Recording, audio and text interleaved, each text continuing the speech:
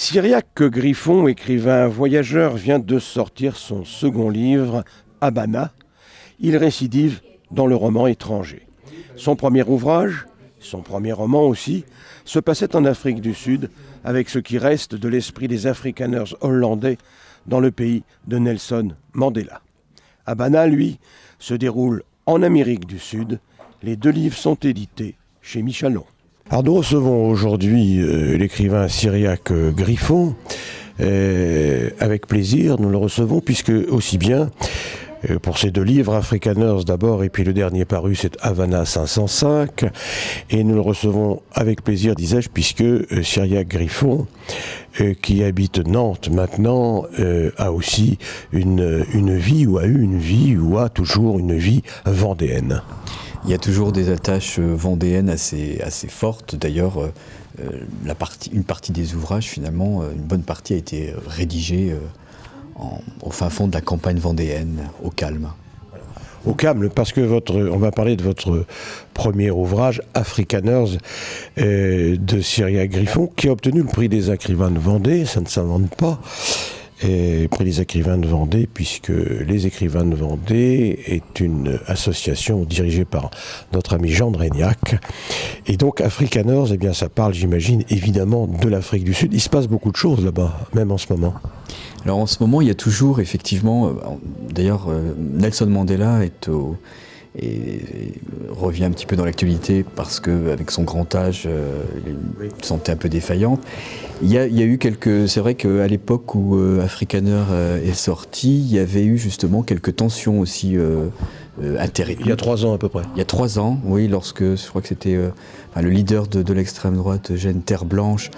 Peut-être il s'agit d'un banal fait divers, c'était peut-être pas forcément politique, mais avait été assassiné. Et donc ça a un petit peu réveillé quelques tensions et quelques problèmes raciaux qui sont toujours récurrents. Et puis aussi il y avait une montée certaines parties politiques noires qui étaient le parti de Mandela, mais qui était un petit peu plus extrémiste aussi. Donc il y avait aussi, je crois que Nelson Mandela d'ailleurs avait pris le micro pour mettre un peu pour un peu calmer tout le monde. Oui, parce que il fallait tuer du Boer, c'était un petit peu les chansons récurrentes. Donc ça s'est un petit peu calmé depuis. Alors vous êtes allé là-bas, j'imagine ?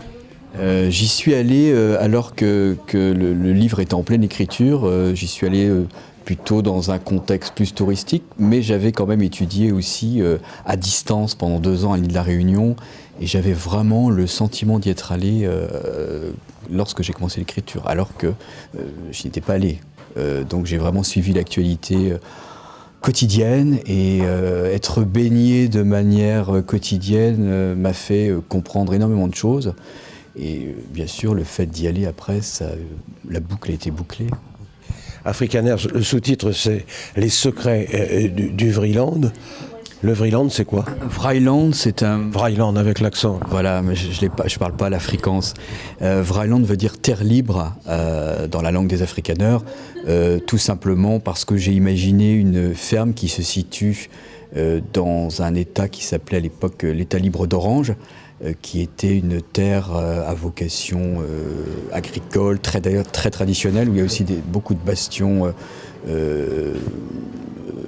traditionnels qui sont ancrés sur cette terre. Et Vreeland, c'est une ferme que j'ai baptisée Vreeland, qui veut dire terre libre, justement.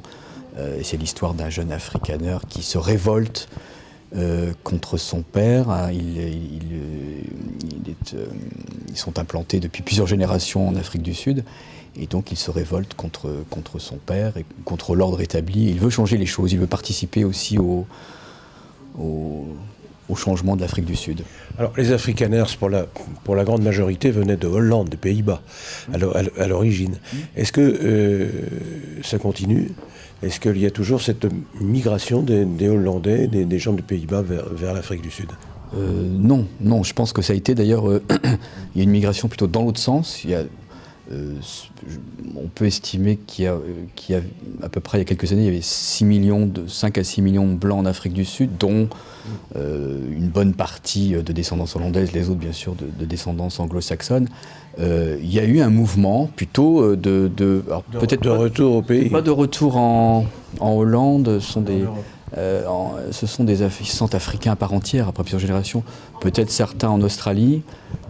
Et puis chacun essaie de trouver sa place. Il y a aussi le problème de la répartition des terres qui font que les afrikaners sont quand même toujours... Il y a toujours ces grandes propriétés terriennes. Et qui dit nouvelle répartition des terres, dit aussi que chacun doit trouver sa place. Et on n'a pas encore résolu ces problèmes de distribution des terres où chacun réclame un petit peu ses terres ancestrales. Donc on n'en a pas fini avec l'Afrique du Sud, c'est pas si simple. On ne peut pas éradiquer...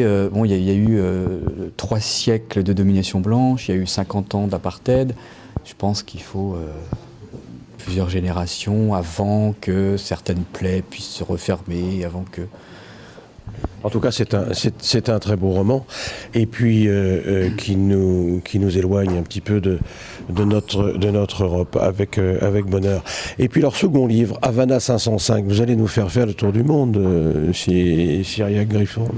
Entre Cuba et l'Afrique du Sud, vous allez me dire, il n'y a absolument aucun rapport. C'est même pas le même continent. C'est même pas le même continent, et pourtant le lien pour moi...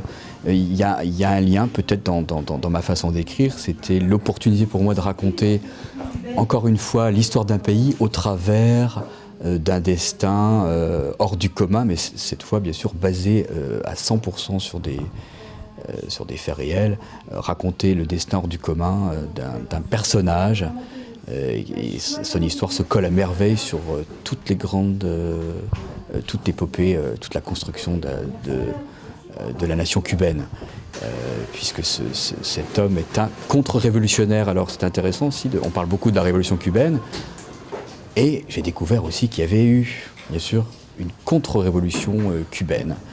C'est-à-dire contre Castro, c'est ça? Contre Castro. Ce jeune homme, son père était avocat du dictateur Batista, donc ce jeune homme, dans les années 50, a un petit peu tout pour réussir. Il est issu d'un milieu aisé, il part faire ses études à New York.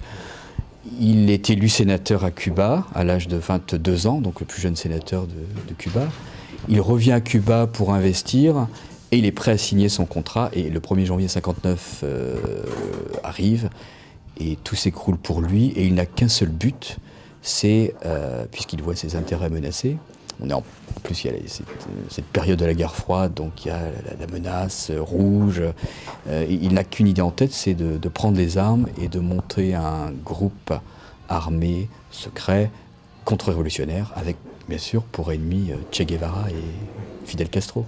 Encore que ce ne soit pas si simple chez les révolutionnaires, justement, entre Castro et Che Guevara.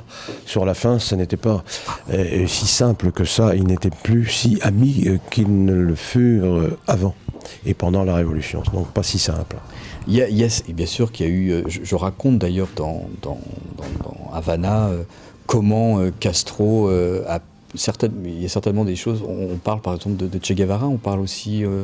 on peut parler d'un autre personnage un peu moins connu et pourtant qui est l'icône numéro 3 de la Révolution, qui est Camilo Cienfuegos, disparu dans des conditions, on n'a jamais retrouvé l'avion dans lequel il avait disparu, et ça a été imputé aussi à Fidel Castro qui voulait éloigner les concurrents. Fidel Castro était issu d'un milieu bourgeois, Cienfuegos, quelqu'un du peuple plus, donc qui avait une certaine image qui plaisait au peuple. Donc effectivement, on a vu disparaître plus ou moins Che Guevara et Cienfuegos.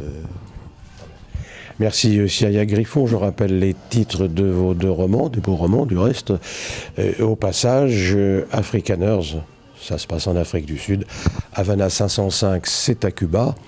Et en Amérique du Sud, cette fois, on vous revoit au Printemps du Livre, je crois, de Montaigu.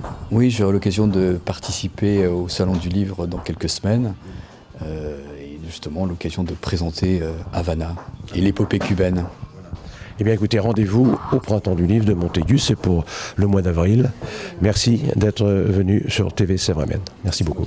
Membre des écrivains de Vendée, Cyriaque Griffon se ressource dans sa Vendée familiale. Il sera présent au Salon du Livre de Saint-Gervais les 6 et 7 avril prochains. De la Havane au pays maritime, il n'y a qu'un pas.